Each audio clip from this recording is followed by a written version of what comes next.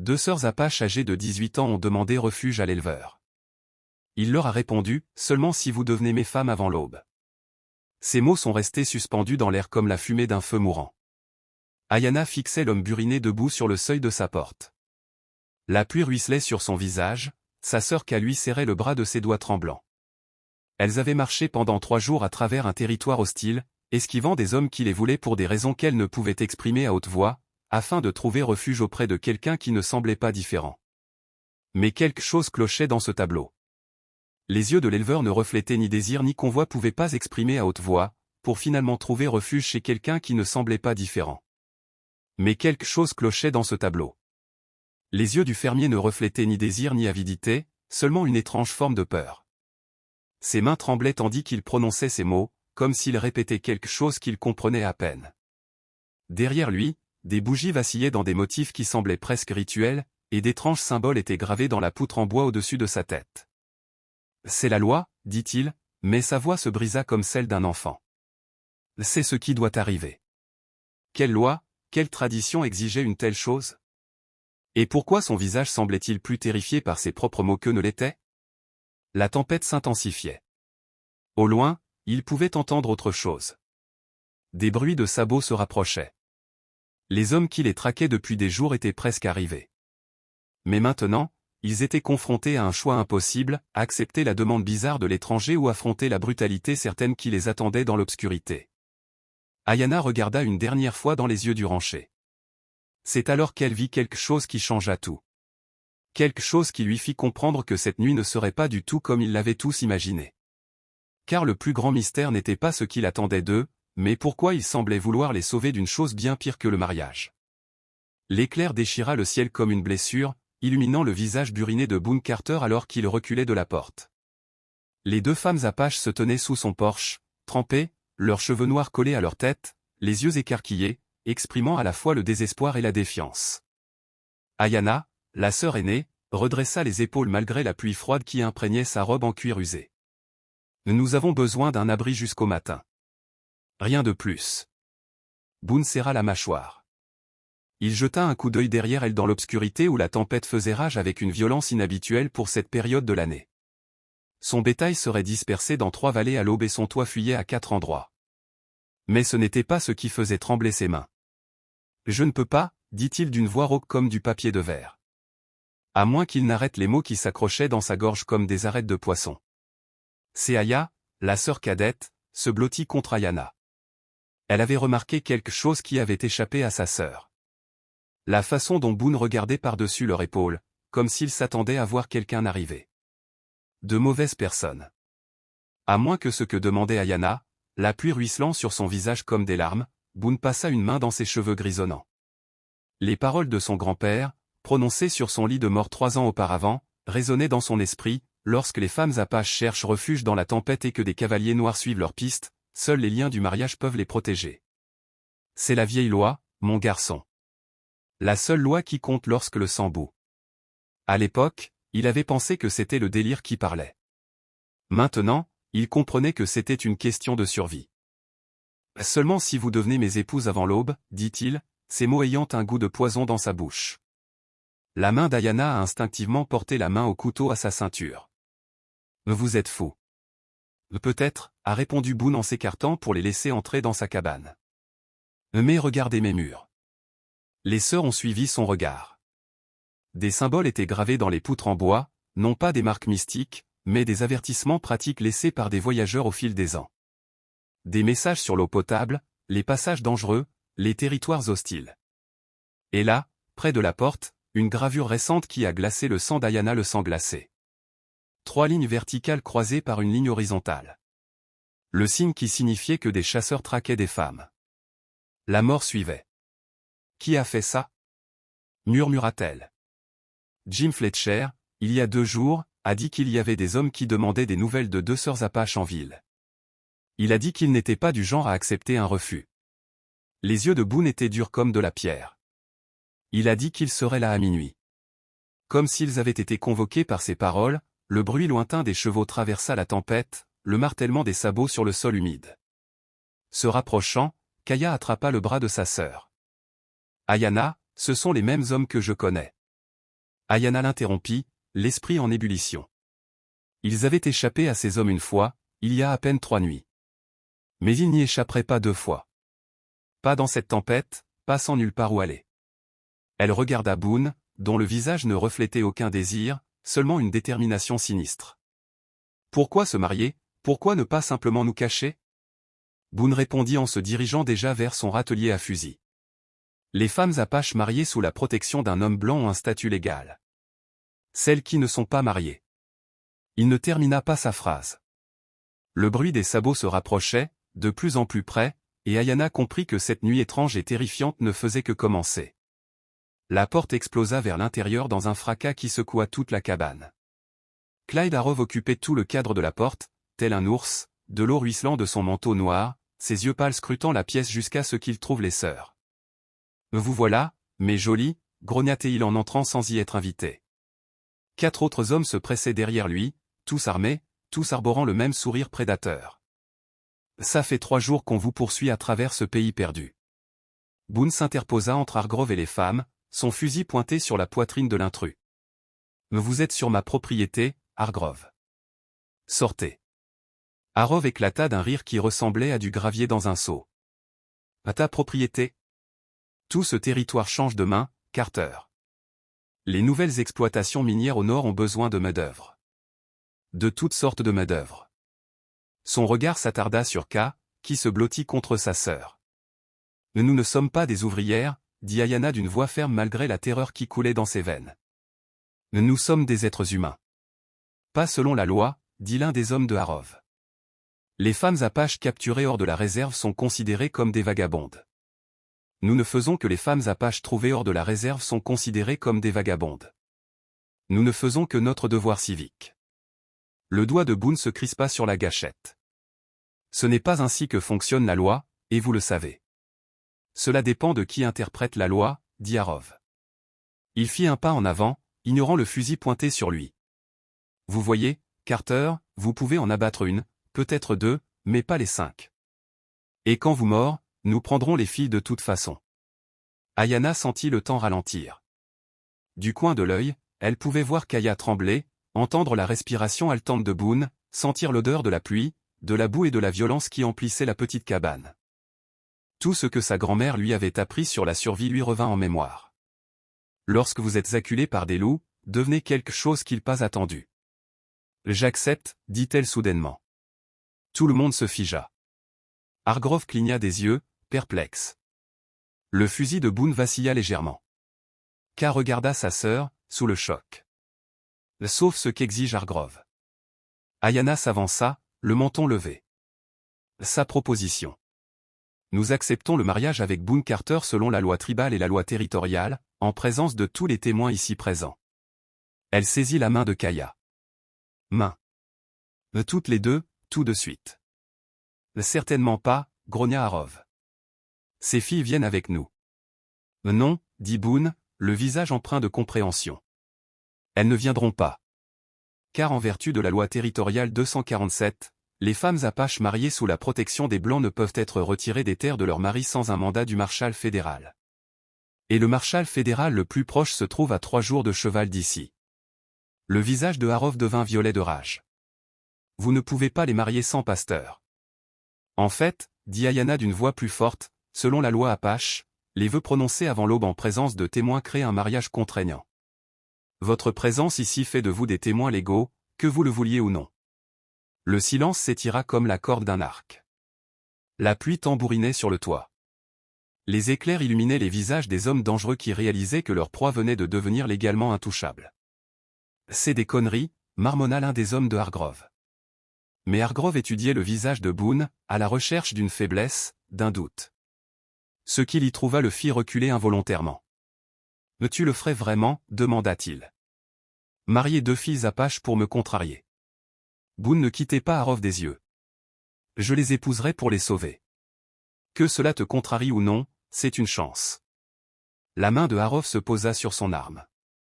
La cabane retint son souffle. C'est alors qu'ils entendirent quelque chose qui changea tout. Un autre cheval approchait à travers la tempête. Mais ce cavalier n'était pas l'un des hommes de Harrov. Celui-ci chevauchait à toute allure, comme quelqu'un apportant une nouvelle qui ne pouvait attendre. Jusqu'au matin, les cavaliers étaient désormais à moins d'1 kilomètre, leurs chevaux martelant le sol boueux de leurs sabots comme des tambours de guerre. Boone chargea son fusil d'une main sûre, mais Ayanna pouvait voir la sueur perler sur son front malgré le froid. « Combien sont-ils » demanda-t-elle en regardant à travers la vitre striée de pluie. « 5, peut-être 6. » Boone vérifia ses munitions. Mené par Clyde Hargrove. Il traque les femmes apaches depuis des mois pour les vendre aux camps miniers du Nord. Cap Ali. Des camps miniers, Ayanna ne répondit pas, mais elle serra son couteau plus fort. Ils savaient tous les deux ce qui arrivait aux femmes dans les camps miniers. C'était un sort pire que n'importe quelle demande en mariage, aussi étrange soit-elle. La loi de ton grand-père, dit soudain Ayanna. L'explique-moi. Tout. Boone hésita, puis posa son fusil. J'ai vécu avec la tribu Mescalero pendant 2 ans quand j'étais jeune. J'ai appris leurs coutumes, dit-il. Lorsque les femmes apaches sont pourchassées par des hommes mauvais et qu'elles cherchent refuge auprès de quelqu'un qui peut les protéger, le mariage crée un lien du sang que même la loi territoriale reconnaît. Il fit une pause. Mais cela doit être volontaire et cela doit se faire avant l'aube, sinon cela n'a aucune valeur. Le lien du sang, murmura Kaya, signifie que si quelqu'un te fait du mal après notre mariée, ils devront me rendre des comptes et je rendrai des comptes à la loi tribale autant qu'à la loi territoriale, ce qui rendra ton meurtre ou ton enlèvement passible de la peine de mort. Même pour des hommes comme Harov, le bruit des sabots s'était arrêté dans la tempête. Il pouvait entendre des voix rauques et en colère, qui complotaient quelque chose dans l'obscurité. Ayanna ferma les yeux, pesant le pour et le contre entre un choix impossible, accepter le mariage avec un inconnu ou faire face à la brutalité certaine des hommes à l'extérieur. Mais quelque chose dans l'attitude de Boone la dérangeait. Il parlait de la loi de son grand-père avec respect et non avec convoitise. Il chargeait son fusil pour les défendre, pas pour les menacer. Il y a autre chose, dit-elle en étudiant son visage, quelque chose que tu ne nous dis pas, Boone détourna le regard. Mon grand-père ne m'a pas seulement parlé de la loi. Il m'a expliqué pourquoi il l'avait apprise. Sa voix se réduisit à un murmure. Parce qu'il y a 50 ans, des pillards apaches ont tué sa femme et sa fille. Il a passé 2 ans avec les Mescalero, apprenant leurs coutumes, essayant de comprendre pourquoi. Ce qu'il a appris, c'est qu'il y a des gens bons et des gens mauvais dans chaque tribu, chaque famille, chaque ville. Un coup de tonnerre secoua la cabane et, à travers la fenêtre, ils virent la lumière d'une lanterne se diriger vers la maison. Il m'a fait promettre, continua Boone, que si jamais j'avais la chance de sauver des femmes apaches de ce genre d'hommes qui s'attaquent aux plus faibles, je le ferais, même si cela me coûtait tout. Ayanna le fixa du regard. Tu ne fais pas cela pour toi. Non, maman, je le fais parce que certaines dettes ne peuvent être remboursées qu'en aidant les autres. Un autre coup. Cette fois, ce n'était pas le tonnerre. Quelqu'un donnait des coups de pied dans la porte. Boone Carter. Hurla une voix à l'extérieur. Nous savons que vous avez ces filles apaches ici. Envoyez-les nous et nous vous laisserons tranquilles. Cassez-y la main d'Ayanna. Ma sœur, nous devons prendre une décision maintenant. Mais en regardant Boone dans les yeux, Ayanna comprit que le plus dangereux cette nuit-là est les hommes à l'extérieur. C'était la certitude grandissante que ce rancher buriné par le temps était peut-être l'homme le plus honorable qu'elle ait jamais rencontré. Et cela la terrifiait plus que tout ce que Harov pouvait lui faire. Le bruit des sabots se rapprochait, coupant la tension comme une lame. Harov se tourna vers la fenêtre, la main toujours posée sur son arme. Qui diable est l'adjoint marshal Jim Fletcher, dit Boone en reconnaissant le rythme distinctif de la démarche du cheval. Les forces de l'ordre territorial. Le visage de Harov devint livide. Un shérif adjoint compliquait tout, surtout s'il était témoin de ce qui allait se passer dans cette cabane. La voix de Fletcher résonna à travers la tempête avant même qu'il ne mette pied à terre. Harov, je sais que vous êtes là. Sortez les mains en l'air. Merde. L'un des hommes de Hargrove murmura, « Patron, nous devons partir maintenant. » Mais Hargrove ne reculait pas. Ses yeux brûlaient de la fureur d'un homme qui avait traversé 3 jours d'enfer pour voir son butin lui échapper. Finissons d'abord. Ces filles viennent avec nous. La loi ou pas? Non, dit Ayanna en s'approchant de Boone. Nous n'irons pas, elle se tourna vers K qui acquiesça lentement, comprenant ce qui devait arriver. Boone Carter Ayanna dit d'une voix empreinte de la cadence formelle de la tribu. Cérémonie je te prends pour époux selon les lois sacrées de mes ancêtres et les lois territoriales de cette terre. Je t'offre ma protection en échange de la tienne, ma loyauté en échange de la tienne, jusqu'à ce que la mort ou une libération mutuelle nous sépare. Cass avança, sa jeune voix étonnamment forte. Boone Carter, je te prends pour époux selon les lois sacrées de mes ancêtres et les lois territoriales de cette terre. Je t'offre ma protection en échange de la tienne, ma loyauté en échange de la tienne, jusqu'à ce que la mort ou une libération mutuelle nous sépare. Boone les regarda dans les yeux non pas avec désir, mais avec une compréhension solennelle du serment qu'ils prononçaient tous. Ayanna et Kaya, je vous prends pour épouses selon la loi tribale et la loi territoriale. Je vous offre ma protection en échange de la vôtre, ma loyauté en échange de la vôtre, jusqu'à ce que la mort ou une libération mutuelle nous sépare. Fletcher frappa à la porte cassée. Que tout le monde sorte lentement. C'est fait, dit Boone calmement. Témoigner est contraignant. Hargrove sortit son arme. Certainement pas. Mais avant que quiconque puisse bouger, Fletcher entra dans l'embrasure de la porte. Son insigne de marshal brillait à la lueur des bougies, son arme à la main. Il observa la scène. La porte détruite. 5 hommes armés face à un éleveur et 2 jeunes femmes. L'odeur de la violence flottait dans l'air. Eh bien, dit Fletcher, Clyde Hargrove aurait dû le savoir. Son regard se posa sur les sœurs. Ce sont les femmes apaches que vous recherchiez. Ce sont des fugitives, dit Hargrove désespérément. Elles ont quitté la réserve sans autorisation. En fait, dit Fletcher en rangeant son arme, ce n'est pas le cas, dit-il en sortant de son étui un document officiel qui venait d'arriver du quartier général territorial. Ces femmes ne sont pas des fugitives, Hargrove. Elles sont témoins dans une affaire fédérale contre la corruption au Bureau des Affaires indiennes. Le silence qui suivit fut assourdissant. Ayanna murmura quelque chose.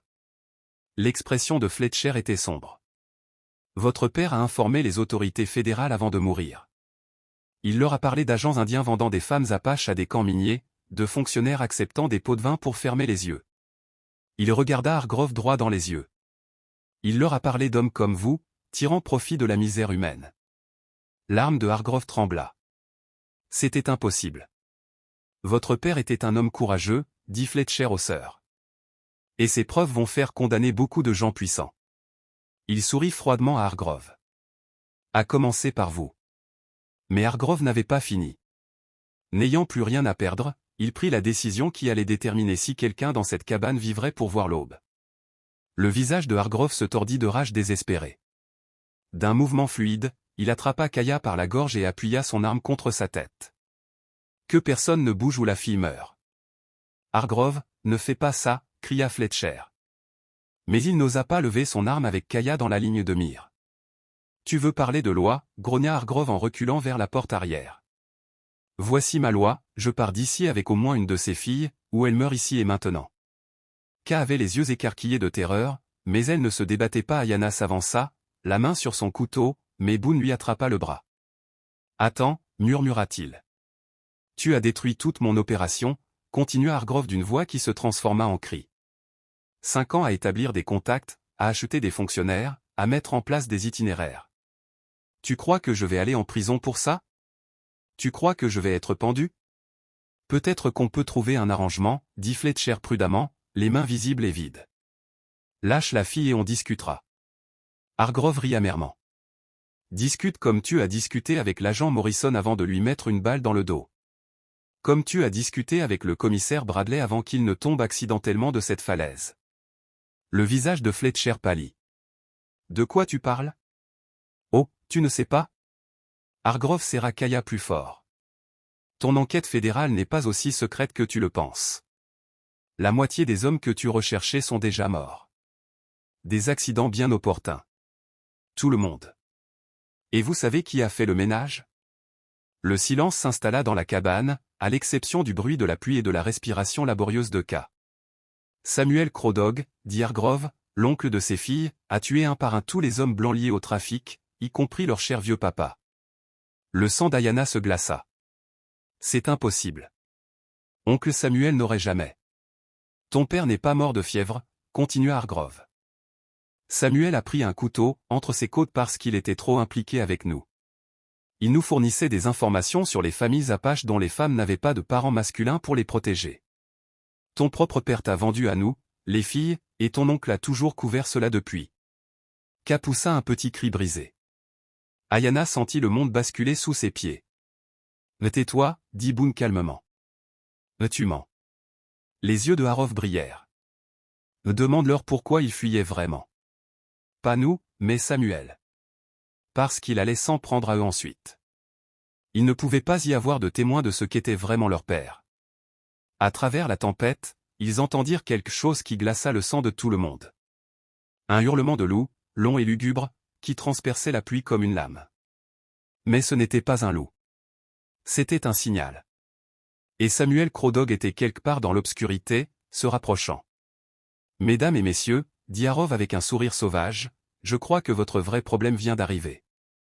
Fletcher se tourna vers la fenêtre pour essayer de voir à travers la tempête de la nuit dernière. C'est alors que Harov passa à l'action. Mais il n'était pas le seul à avoir attendu le bon moment. Kaya enfonça son coude dans les côtes de Hargrove au moment où il essayait de la traîner vers la porte arrière. Le choc le fit grogner et relâcher son étreinte pendant une fraction de seconde, suffisamment longtemps pour qu'elle se dégage de son arme. Le coup de feu de Fletcher a retenti dans la cabane, touchant Harov à l'épaule et le faisant tournoyer, mais l'homme blessé avait encore la force de se battre. Il a levé son pistolet vers Ayanna, le visage couvert de sang et de fureur. Le fusil de Boone a craqué. Hargrove s'est effondré sur le sol. Il est mort, a chuchoté K en se pressant contre le mur. Fletcher s'est agenouillé à côté de Hargrove pour vérifier son pouls.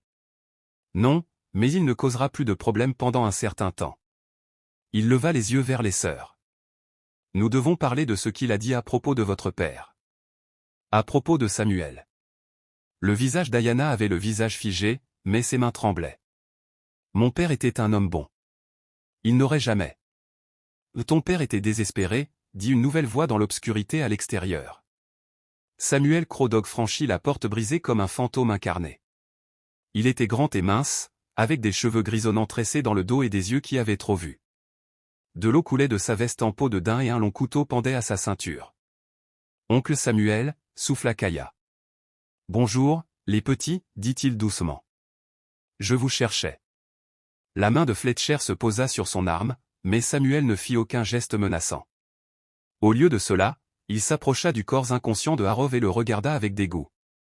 Celui-ci a dit la vérité, mais pas toute la vérité, dit Samuel. Votre père a bien donné des informations à ces hommes, mais pas de son plein gré. Que veux-tu dire, demanda Ayanna. Le visage buriné de Samuel se crispa de douleur. Ils ont d'abord pris ta mère. Ils ont dit qu'ils la vendraient au camp minier à moins que ton père ne les aide à identifier des familles ayant des filles en âge de se marier. Il a essayé de résister. Mais la voix de Samuel se brisa légèrement. Ta mère est morte en essayant de leur échapper. Après cela, ton père n'avait plus que du chagrin et de la culpabilité. La cabane était silencieuse, à l'exception de la pluie et de la respiration laborieuse de Harov. J'ai trouvé ton père il y a 3 lunes, mourant du poison qu'il avait pris pour mettre fin à sa honte, continua Samuel dans un dernier souffle. Il m'a supplié de te retrouver pour te protéger. J'ai donc commencé à traquer les hommes qui ont détruit notre famille, non par vengeance, mais par justice. L'enquête fédérale, dit soudain Fletcher. Les preuves contre le bureau venaient de moi, dit Samuel. J'ai utilisé les dossiers de ton père, sa correspondance avec ces criminels, pour monter le dossier. Je voulais qu'ils soient tous pendus légalement, pas qu'ils meurent par mon épée. Ayanna fixa son oncle du regard. Mais Hargrove a dit que vous veniez nous chercher, que vous faisiez le ménage. L'expression de Samuel s'adoucit. Je venais te chercher, mon enfant, pour te ramener à la maison en toute sécurité. Il jeta un coup d'œil à Boone, puis aux 2 sœurs.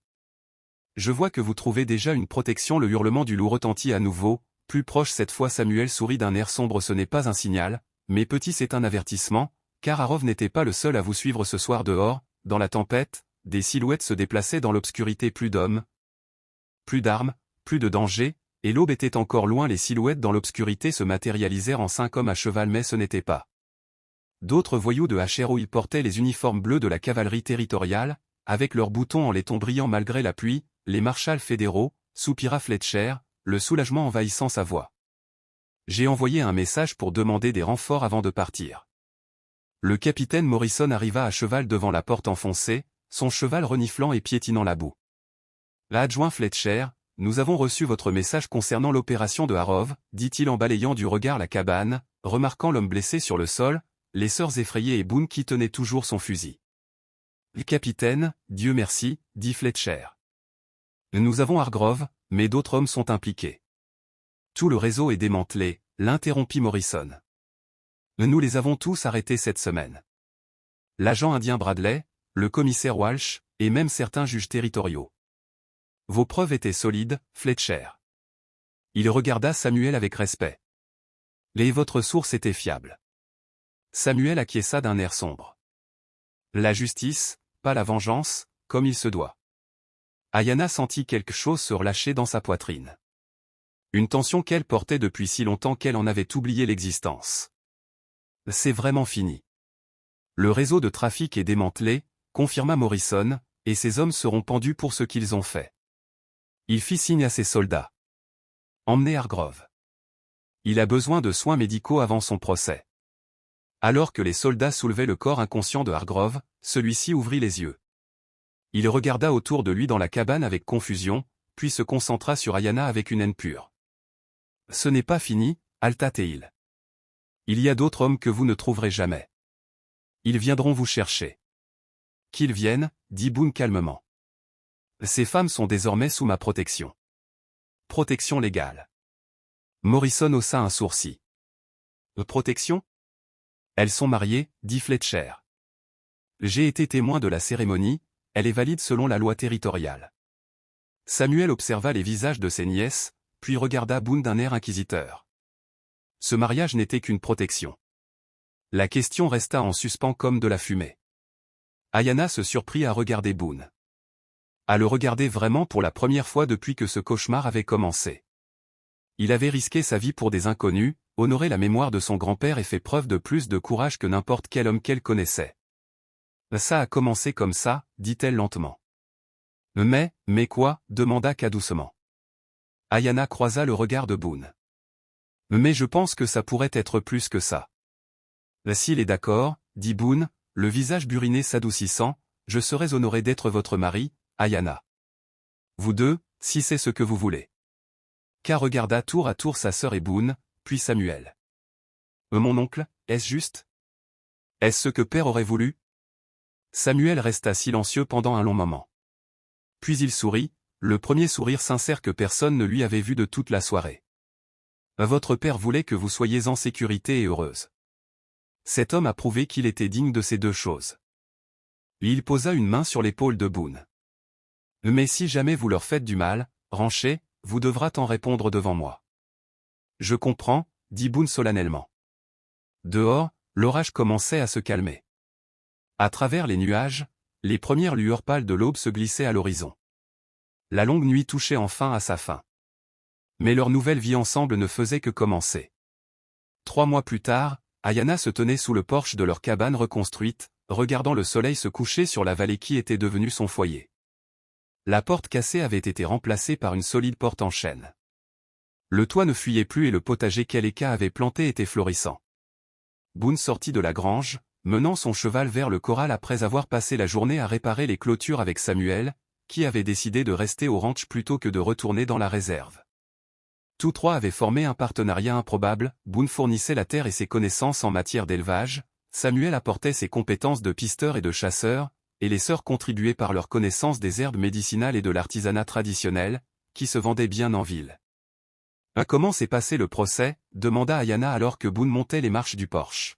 « Harov a été condamné à la pendaison », répondit simplement Boone. Le commissaire Walsh a écopé de 20 ans. Les autres ont reçu des peines variables. Il s'installa à côté d'elle sur le banc en bois qu'il avait construit. Fletcher dit que le juge fédéral a été impressionné par le travail de Samuel pour avoir rassemblé des preuves. Il pourrait lui offrir un poste d'enquêteur territorial. K apparut dans l'embrasure de la porte en s'essuyant les mains sur son tablier. Le dîner est prêt. Samuel a tué 2 lapins aujourd'hui et j'ai fait le pain de maïs que tu aimes. Alors qu'ils se rassemblaient autour de la table que Samuel avait fabriquée à partir de rondins de pain, Ayanna s'émerveilla de voir à quel point cette vie était devenue naturelle. Le mariage ce qui avait commencé comme une protection désespérée s'était transformé en un véritable partenariat. Boone traitait les 2 sœurs avec respect et gentillesse. Il ne leur demandait jamais plus que ce qu'elles étaient prêtes à donner. Il était toujours patient avec elles, les aidant à guérir de leur traumatisme passé. J'ai reçu une lettre de ma cousine Maria aujourd'hui, annonça Kaya en servant le pain de maïs. Elle et sa famille veulent venir nous rendre visite le mois prochain. Sont les bienvenus, a déclaré Boone sans hésiter. Nous avons beaucoup de place, a souri Samuel. Le ranch est en train de devenir un lieu de rassemblement pour la famille. Votre père serait fier. Ayana a tendu la main par-dessus la table pour serrer la main burinée de son oncle. Il serait fier de vous aussi, d'avoir choisi la justice plutôt que la vengeance. La justice a mieux servi tout le monde, a répondu Samuel. Et elle nous a amenés ici, à cette belle vie. Après le dîner, alors qu'ils étaient assis sous le porche à regarder les étoiles apparaître dans le ciel clair, Boone a posé la question qui le préoccupait depuis des semaines. Êtes-vous heureux ici tous les deux? Ce n'était pas la vie que vous aviez prévue. Ayana se pencha contre son épaule. Quelque chose qui aurait été impensable il y a 3 mois. Les plans changent parfois pour le mieux. Ka acquiesça depuis son fauteuil à bascule. Nous sommes en sécurité. Nous sommes une famille. Nous construisons quelque chose de bien. Elle sourit. Que pourrions-nous demander de plus? Samuel se leva et s'étira. Je vieillis. Il est temps d'aller se coucher. Il s'arrêta à la porte. Boone Carter, vous avez prouvé que vous étiez un homme d'honneur. Mes nièces ont fait le bon choix. Alors que le ranch retrouvait son calme paisible, Ayana repensa à cette terrible nuit où 2 sœurs désespérées avaient frappé à la porte d'un inconnu. Elles avaient demandé un refuge et il avait exigé de les épouser avant l'aube. En regardant Boone réparer le pied cassé de la chaise de Kaya à la lumière de la lampe tout en fredonnant doucement, Ayana comprit la vérité. Parfois, les demandes les plus choquantes cachent les actes d'amour les plus profonds. Si vous avez aimé cette histoire, cliquez sur la vidéo sur votre écran pour regarder un autre conte western inoubliable où le destin et le courage s'affrontent d'une manière que vous n'auriez jamais imaginée. N'oubliez pas de vous abonner et d'envisager un super chat pour nous aider à vous proposer d'autres histoires comme celle-ci. Votre soutien est essentiel pour nous.